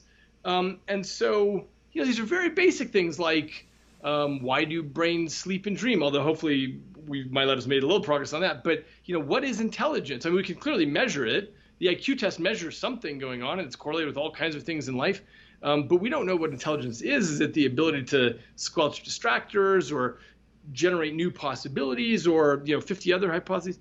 What is consciousness, of course? It's a giant one in neuroscience. Like, how in the world do you stick together 86 billion neurons and you get something like the redness of red or the taste of feta cheese or the smell of cinnamon or the beauty of a sunset? Like, we don't even know a starting point on this kind of stuff. So there's so many questions that so that's why I know that we're at the very foot of the mountain. And it's funny because science always goes like that, where you have to spend your life in something to really recognize how little we know, how big the ocean is out there.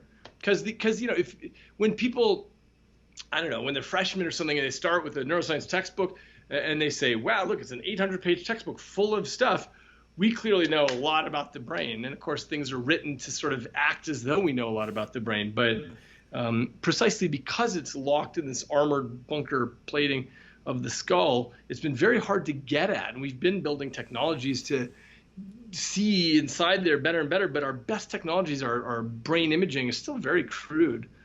Yeah. You can't imagine how many times I have both thought of and quoted you talking about how the brain is encased in total darkness and silence. That was one of those sort of paradigm shift moments for me where I realized, because, you know, given sort of my penchant for science fiction and, you know, me talking about, doesn't matter what you look at him as what you see, and The Matrix comes up. It's my favorite movie of all time. And so people ask, you know, do you think that we're living in the Matrix? And I don't. And look, I have no reason to think we are or we aren't. But the brain itself is creating a virtual reality for you. And that to me, like, becomes very interesting. And I'm obsessed with this notion of what I call the physics of being human, which are just like, every human sort of has these, right? Do you, as a neuroscientist, do you think about sort of what the core functioning elements of the brain, like if there were just a few things, it's like the brain does this, you know, whether that's process data or we're an active species and we're propelled towards pleasure and away from pain. Like, do you have sort of a few key things that you think really define what it means to be human? Yeah, I think. Well, to define what it means to be human is slightly different. Sorry, I was starting to answer the what the brain is doing, what the principles are. I'll take that. Okay, I mean, so this is essentially why I wrote Livewire, because I felt like the principles that I was thinking about are not expressed anywhere. And so I wanted to really make this argument that what I think the brain is doing from its dark control center is figuring out what is the information coming in through whatever senses you happen to have. What is the information coming in? How do I correlate that? What can I do with that? And then how can I drive this body? And of course, it's all in the feedback loop. So as soon as there's some signal over here, so then I generate the command to the extraocular muscles to look over there, and that gives me more information because it puts that on the high resolution photoreceptors at the central vision and so on. Like there's all this interaction between what I do with motor output and input. And that I think is fundamentally what the brain is doing. And what I did is I shored together all of the data and all the arguments about how striking this is, how good the brain is at saying, okay, I'm going to drive whatever kind of body I find myself in, doesn't matter, and I'm going to figure out whatever. I think people will be confused by that. What do you mean? Yeah, I'll give an example. Take Faith the dog, which is this dog who I saw once, who happened to be born without front legs. So she walks bipedally on her back legs like a human. Now, one leg at a time, or does she hop? It's sort of both. I mean, she goes one leg at a time, and then she hops also. She shows both, and you can see films of her online.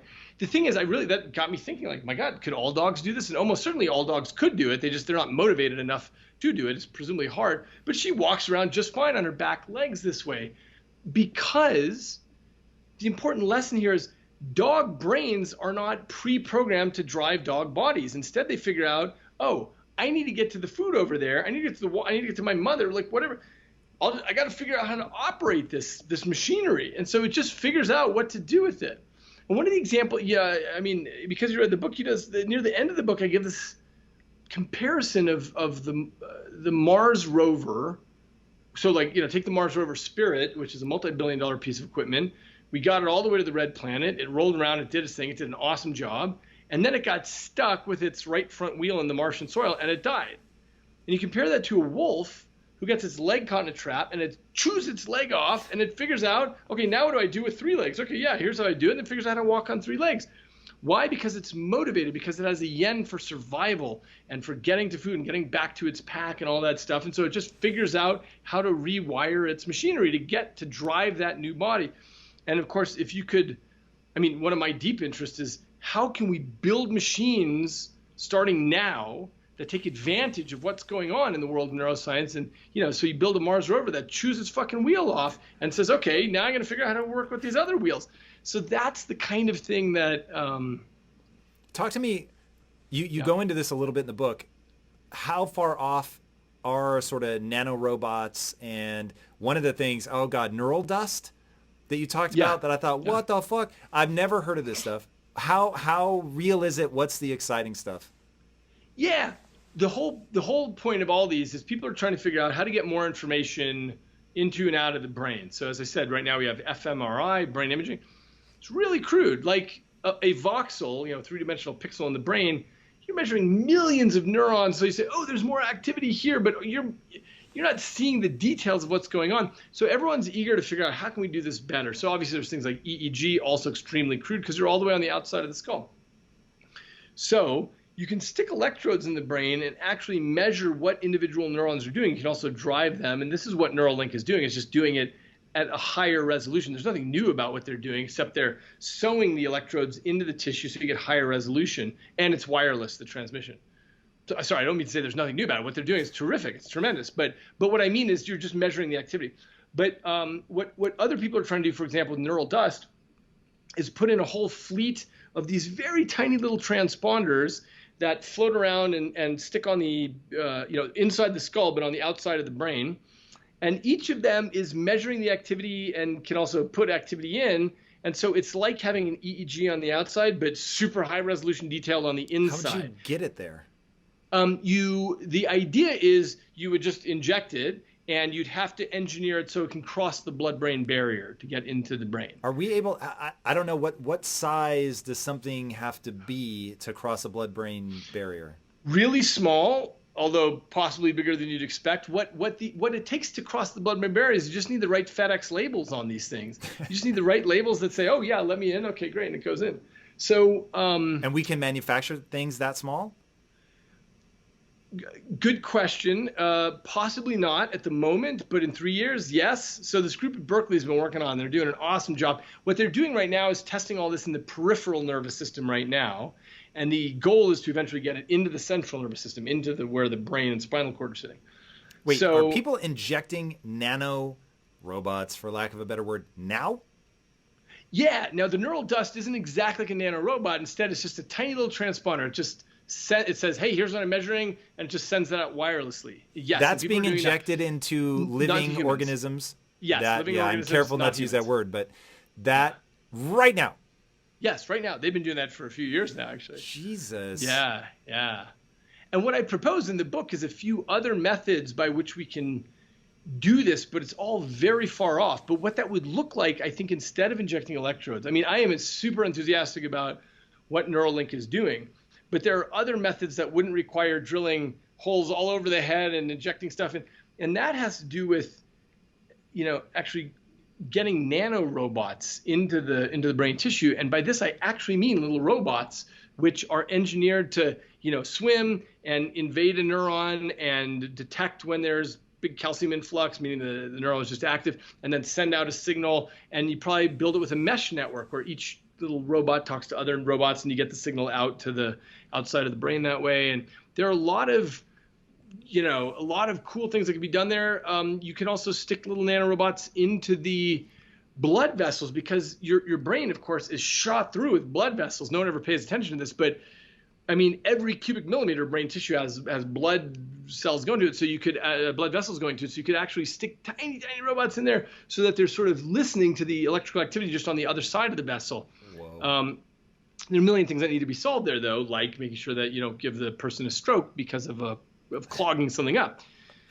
So anyway, there's lots of future things. But what I think this means is that I'll go ahead and put a number down. I think by 2040, there's no reason why we won't be able to read and write from a huge portion of the cells in the brain, to actually hear what's going on. And that is when neuroscience is actually going to get really interesting, because right now we're all drumming up theories and stuff based on very wispy data that we have. But once we can actually read, oh yeah, here's what Tom's 86 billion neurons are doing right now in real time when I say this sentence, or I ask him to think about his mom, or think about whatever.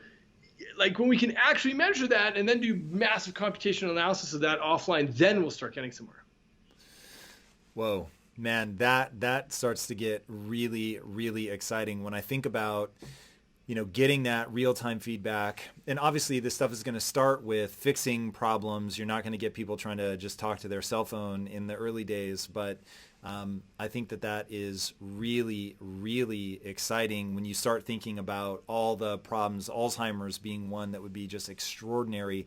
If we could be in there and see the early signs of things that you could try a fix and actually see if it's working. So much of this is either you're using a crude instrument and thusly aren't getting great data, or there's something that can give you relatively good data, but it's expensive, or even just the assay of going in. Like, I remember at one point I had the elasticity of my arteries scanned using ultrasound, almost certainly. And so looking at arterial flexibility and things like that. And it's like, even I know that exists. I know it's important, but it's like, it's a pain in the ass. Find somebody that'll do it, go in and do it. But getting to the point where we could get that kind of real-time diagnostic feedback is really thrilling. Oh yeah, it's going to change everything. It makes me feel like, I've spent my whole adult life working my butt off in neuroscience, but sometimes I feel like, my God, if I could just wait 20 years until that kind of technology exists, and then just say, oh yeah, now we're just going to see what is actually happening, instead of generating all the hypotheses about, hey, maybe this, maybe that. It's going to change the field. The field's going to exponentially increase so rapidly at that point. One thing I found interesting with this concept of the brain is half baked and it isn't specifically designed. You were mentioning dogs specifically, but amputations and people remapping. Oh, one thing. I can't remember if we talked about this in the last one. So for anybody that's sort of doubling up on these episodes, if I'm repeating myself, forgive me, but I find this so fucking interesting. The notion that things like the homunculoid map. Homunculus. Homunculus, yeah. And that, if I remember right, the genitals are right next to the feet, which may explain foot fetish. And then also that if you get an amputated foot, that the experience of an orgasm will spill over into the foot because it's, phantom limb, and that the body's basically remapping itself. As we look forward into the future, and what do you see as our ability to augment the body? Like, do you know who Hugh Herr is? Yeah, yeah, yeah. Motherfucker can sprint all out with bionic, or he has people that can sprint all out with bionic legs. I can't remember if he was the one actually doing it, but I remember, like, that shit is crazy. How far are we going to be able to push physical augmentations for people that have, lost a limb? Yeah.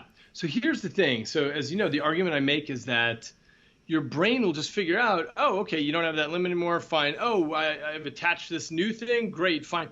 And this is so stunning. For example, they've done this in monkeys. They haven't done it in humans yet, but you can get a monkey, you hook up electrodes into the motor cortex in a monkey, and it can learn how to control a robotic arm that is a third arm. So it can control its own arms and it can control a third robotic arm with its motor cortex. It just figures out, like, oh, this is how I send commands here, and that's how I send commands there.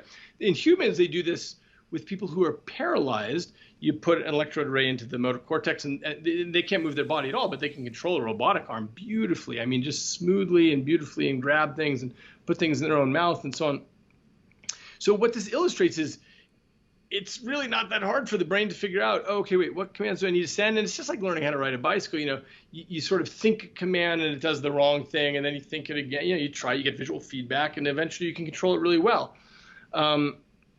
And so what I think is that this will increasingly become the case as we get ways of getting information into the brain better and better, starting with Neuralink, which is, right now, in the context of what I just said, it's sort of a crude technology, given the idea of getting nanorobots in there or something.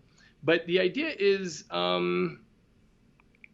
we will stop treating this as just our body, but having other things that are hooked up to us that we can control with our thoughts, exactly as you control your leg with your thoughts, or you control your arm with your thoughts. It's no different. It's just that you're saying, okay, I want this to happen, and then it happens. And so, with the drone, you can do that with a robot 100 miles away. You can do that with a robot on the moon.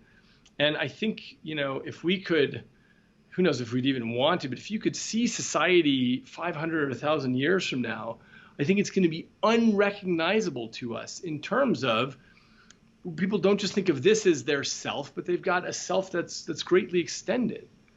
All right. I mean, look at their. Go ahead.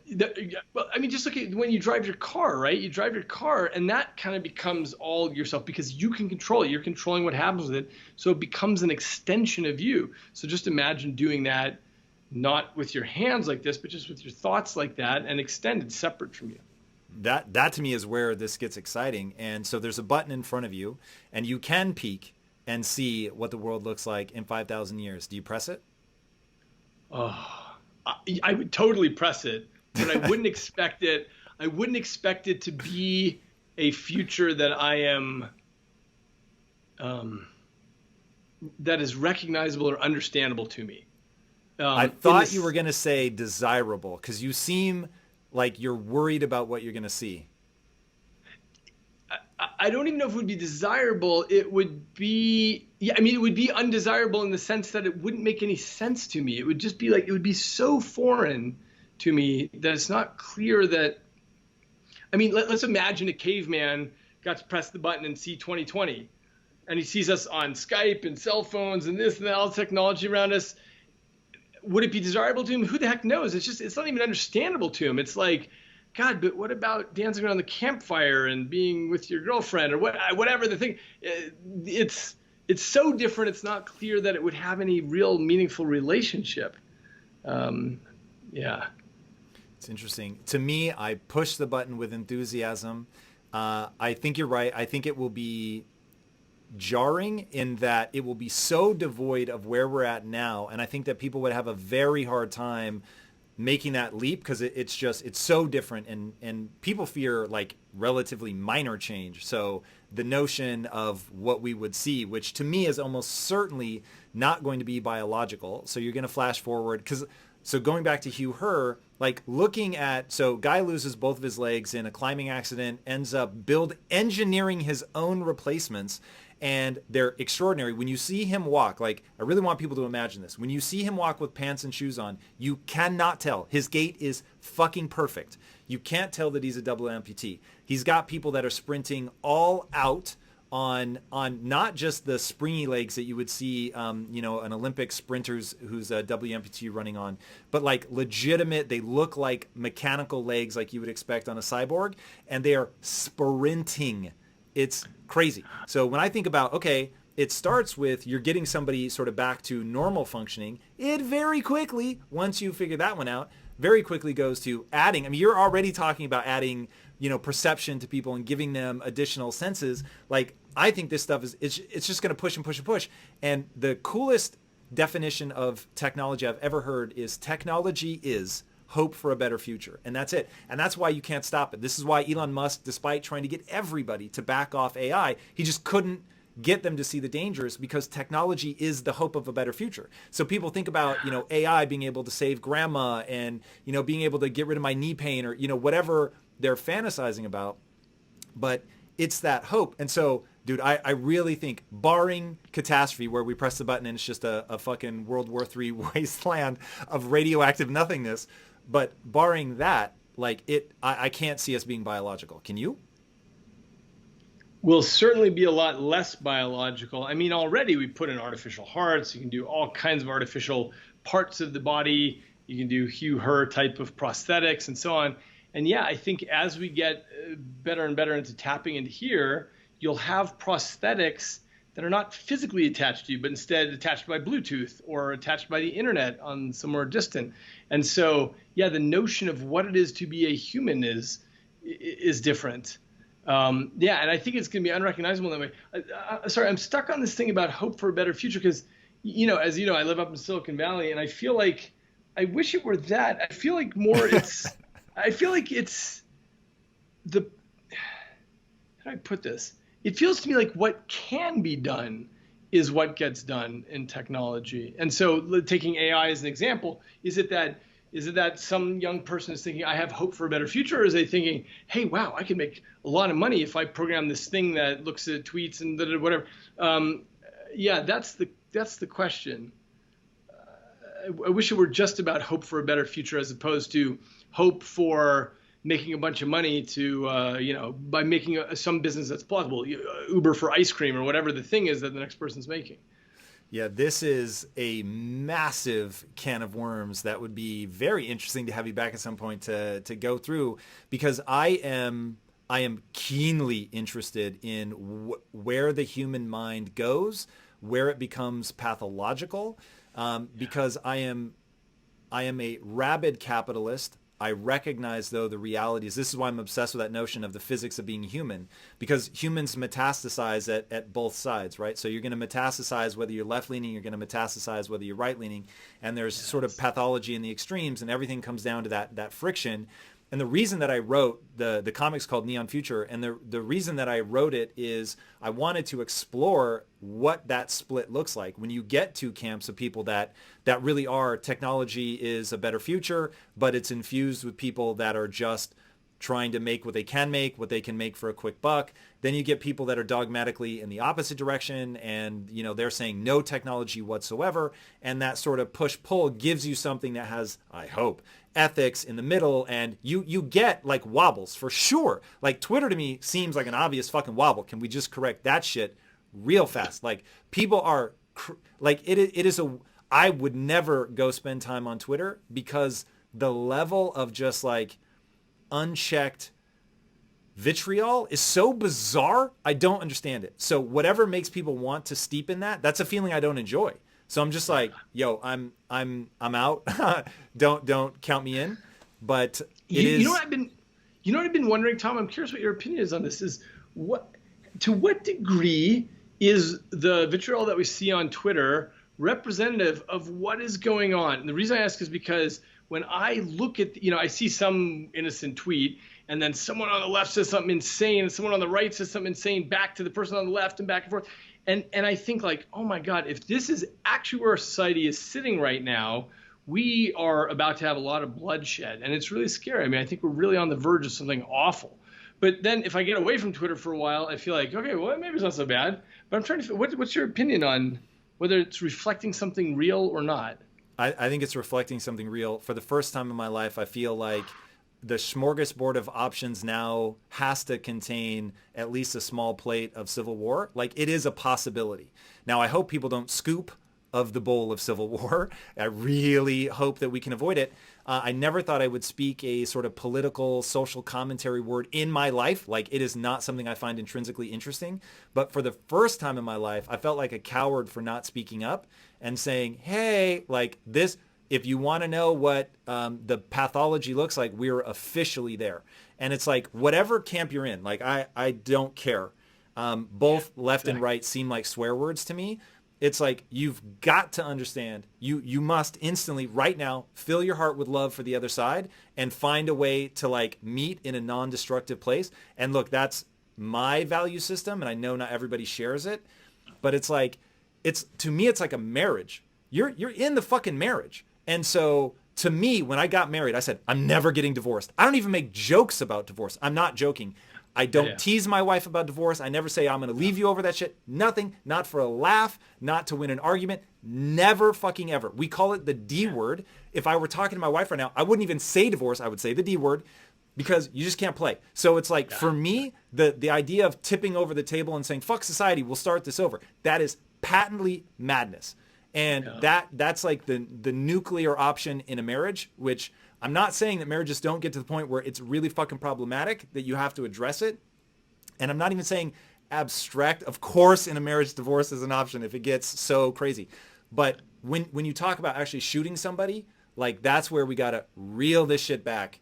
And we have to find a way to be like, yo, I have to coexist with these people. And so this isn't about being right. This is about functioning well as a non-violent society. Yeah, well, listen, I am with you here. And if we can link arms with others who think like us about how do we get people to not play this insane game of, there's this issue about what you can see. Having a point of view requires having blind spots.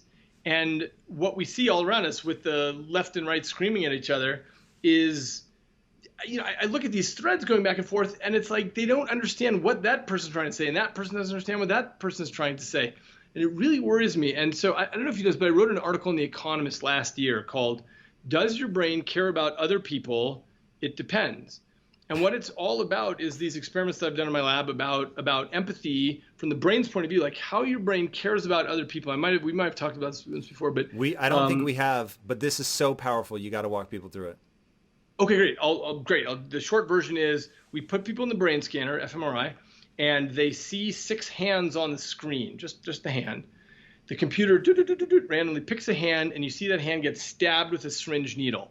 And what happens is these pain areas in your brain come online. It's not your hand getting stabbed, it's someone else's hand, but that is the neural basis of empathy. You are seeing someone else's hand get stabbed, and it feels awful to you. Okay, what we now do after we've measured that a bunch of times is we now add a one-word label to each hand. Christian, Jewish, Muslim, Scientologist, Hindu, atheist. Boop, boop, boop, boop. The computer picks a hand. You see the hand get stabbed. And the question is, do you give a shit as much if it's not a member of your in-group? And the answer is you do not give a shit as much.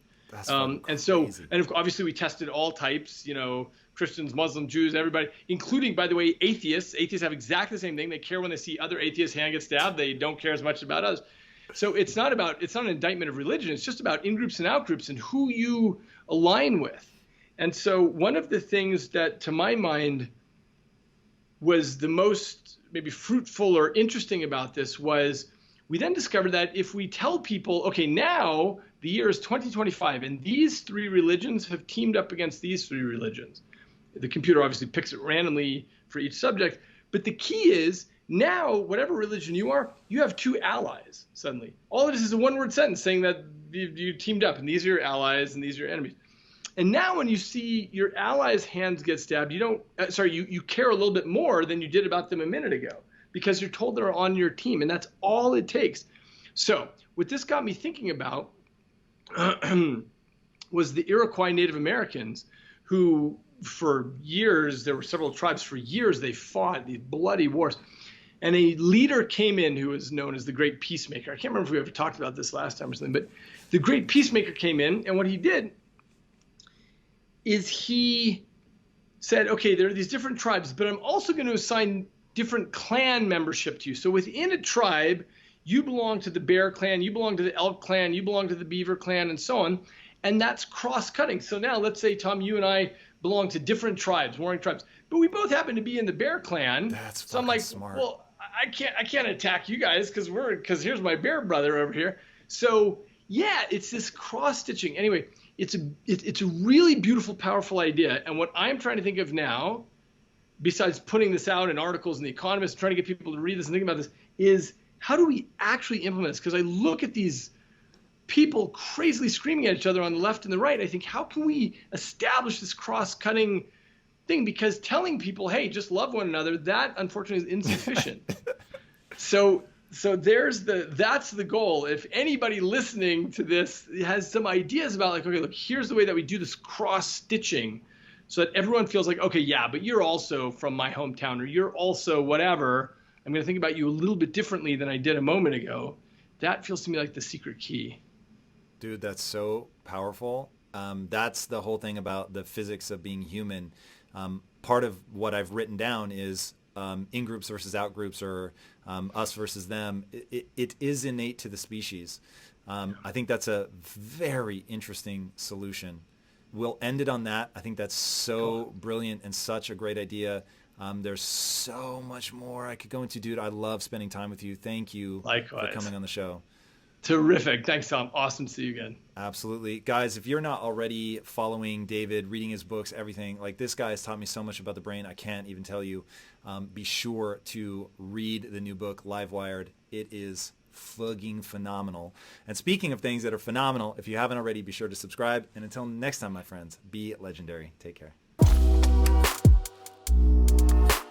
In the medical landscape, we get our blood pressure tested, we get all kinds of things tested. But what's happening under the hood, we never get tested. Like, how are you doing cognitively?